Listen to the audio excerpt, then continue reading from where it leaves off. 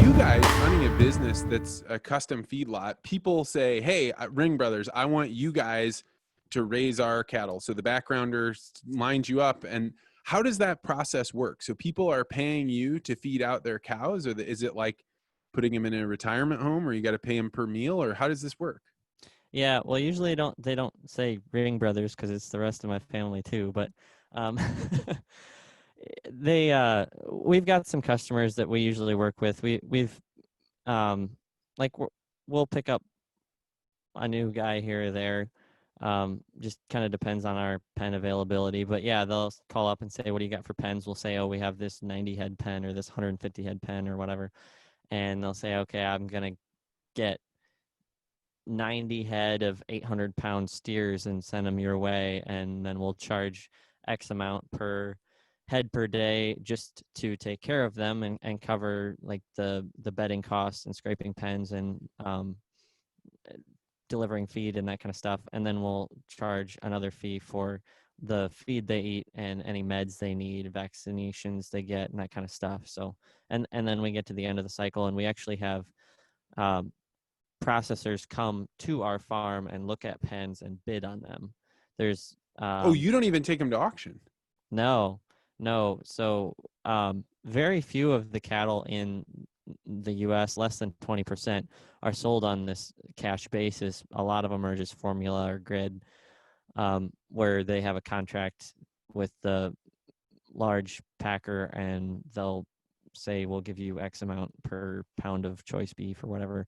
But we have a show list that we say these pens are on the list and you can come bid on them. And it's usually on Tuesday. We'll have 4 or 5 cattle buyers come by and leave us bids. And then whether the cattle belong to us or to our customers, we tell the customer what the bids were, and they can either take them or they can say, no, I want this much, and we'll see next week if they can do better. And that's usually what we do, is sell on a live basis over our scale. And it's, we like doing that. What is that emphasis you just emphasized, over our scale? What does that mean? Yes. So we have a certified scale at the feedlot here that we weigh them here and then we shrink them 3%, and that is the sale weight, versus loading them on a truck and sending them anywhere from Pennsylvania to Nebraska to all over the place and hoping they shrink less than that and taking whatever weight they say it was. We'd rather know what we're getting, and that's a pretty common practice when you're selling live, to be able to sell over your own scale. So, and then once the processor picks up that bid, then they show up the next day with the trailer to take the cows. I wish. Okay. No, that's kind of varied over time. With all the volatility in the market, it can be anywhere from tomorrow to a month from now. Like during coronavirus, I think a lot of people saw in the news that a lot of packing houses were shut down. And so we went almost 2 months without shipping anything. And then we did move a ton of them that really needed to go. But sometimes they'll give us a date right off the bat. Sometimes they won't. And then when they go off to the processing, how far away is it to before those? How far are those cows traveling by truck to get to a slaughterhouse? Yeah, it really depends on who bought them. Like last week, we sent some to Pennsylvania, and so Northern Illinois and Pennsylvania. It's a pretty good jaunt. It's a long drive, yeah. Yeah. But the closest one, closest one would be either Aurora here or Joslyn, which is a Tyson plant. So.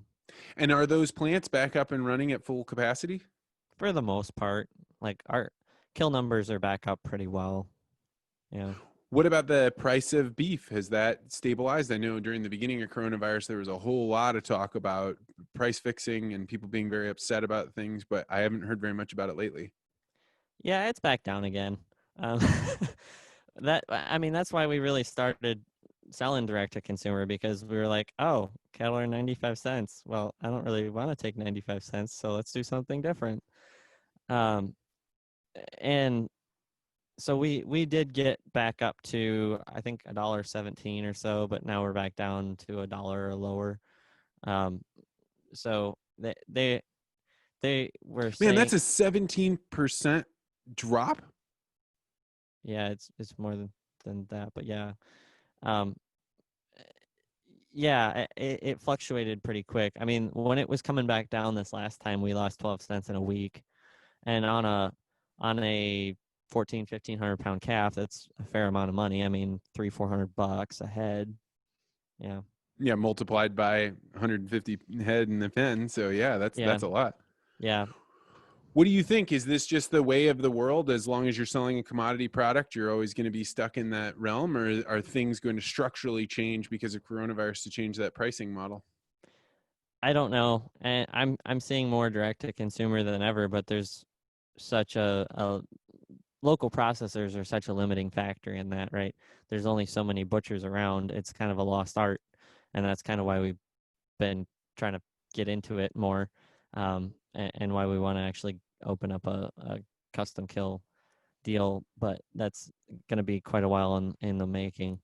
Um, but I do think we're going to have a lot of volatility for a long time. I'm not like a markets guy either, really. There's plenty of people I know that are a lot better at that than me.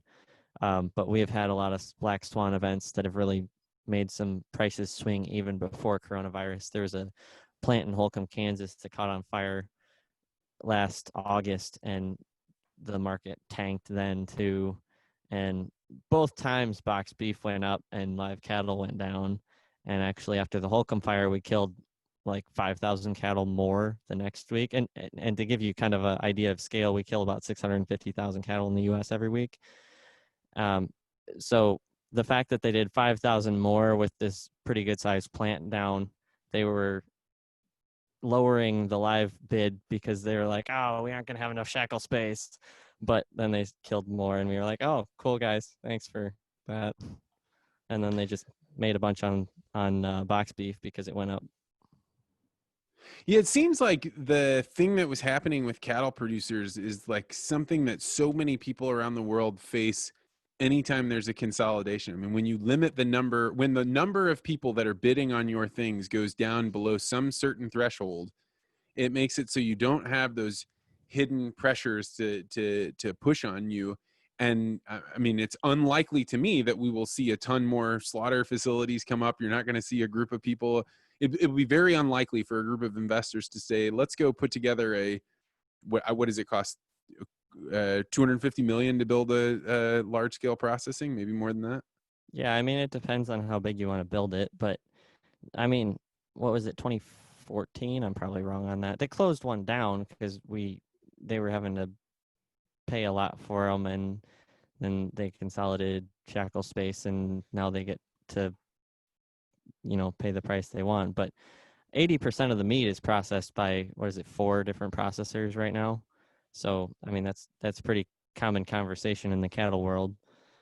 Yeah. But this is what makes my my Peter Thiel paradox idea so brilliant, is that if Missouri buys East St. Louis, I believe there is a great deal of packing plants that used to be there. We just bring them back online. We can rent out the space to private producers. This is gonna happen, man. They're probably a little outdated, but Yeah. How much could cattle processing change over the last 30 years? oh, a lot. But I have heard that idea before, and I mean, they'd probably be all about it. Who wants to be paying Illinois taxes? Thanks for checking out this podcast short. If you're interested in supporting the podcast and becoming a tangibly better communicator, check out some of the classes that I've started to put online. Before coronavirus, I was traveling around the world teaching hundreds, sometimes thousands of people how to become tangibly better communicators.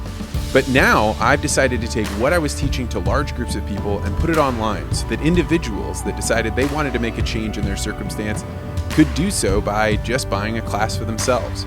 This class, Telepresence Professional Basics, teaches how you can use the microphones and the video cameras that you have, but turn them into something that makes you look and sound great. Many people in this new environment don't know how to sound professional, and so they just use whatever is there. With these tips and tricks, you can figure out, where should I put my camera? How can I utilize light to make the camera look the best? And how should I think about sound and improving it so that way every time I speak during a meeting, people can hear exactly what I'm thinking, and it's pleasant to hear my voice. These tips and the ways that you can think about how to prioritize getting better are all included in the Telepresence Professional Basics course. If you're interested, you can go to store.articulate.ventures or just check out the link below.